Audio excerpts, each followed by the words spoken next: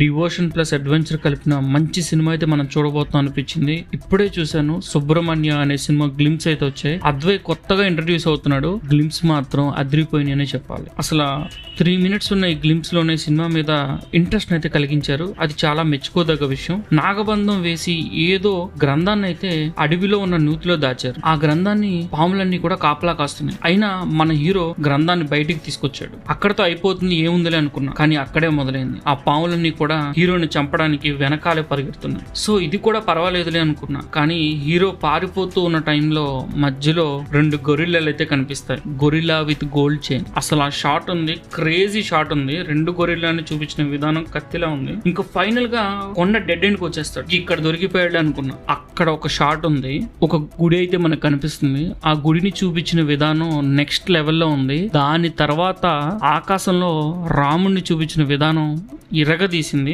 3 నిమిషాలు ఉన్న ఈ గ్లిమ్స్ ని నెక్స్ట్ లెవెల్ కి తీసుకెళ్ళింది ఎవరో తెలుసా? రవి బస్రా గారు మ్యూజిక్ తో అయితే మన నరాల్లోకి ఎక్కించేశారు. నిజంగా ఈ గ్లిమ్స్ 3 minutes ఉన్నాయని కూడా నాకు అనిపించలేదు. స్టార్టింగ్ నుంచి ఎండింగ్ వరకు కూడా ఒక హైన్ అయితే అలా వాల్యూమ్ పెంచినట్టుగా పెంచుకుంటూ పోయారు. ఎక్సలెంట్ గా అనిపించింది నా గ్లిమ్స్. ఇలాంటి సినిమాలు ఖచ్చితంగా తెలుగులో రావాలి, ఇలాంటివి మనం చూడాలి. కాకపోతే ఇది కన్నడ మూవీ. గ్లిమ్స్ ఇంత బాగున్నాయి కదా. ఇంతకీ ఈ మూవీ డైరెక్టర్ ఎవరో తెలుసా మీకు? పి రవిశంకర్. అదే డైలాగ్ చెప్పిన అతను ఈ సినిమా డైరెక్టర్. అద్వైకి పర్ఫెక్ట్ డెబ్యూట్ మూవీ పడినట్టు అనిపించింది. ప్రొడక్షన్ వాల్యూస్ కూడా చాలా బాగా అనిపించినాయి. మీరు షార్ట్స్ చూసినా కూడా అన్ని చాలా లార్జ్ ఫ్రేమ్స్ ఉన్నాయి. సో అడ్వెంచర్ మూవీస్ లో ఇలాంటివి ఉంటే ఇంట్రెస్టింగ్ గా అనిపిస్తాయి. దానితోడు గ్రాఫిక్స్ కూడా బాగున్నాయి. గొరిల్లాలు, స్నేక్స్ అని చూడాలి. మరి సినిమా మనల్ని ఏ మేరకు ఇంప్రెస్ చేస్తుంది. ఛానల్ సబ్స్క్రైబ్ చేసుకోండి, అలాగే వీడియోస్ లైక్ చేయండి.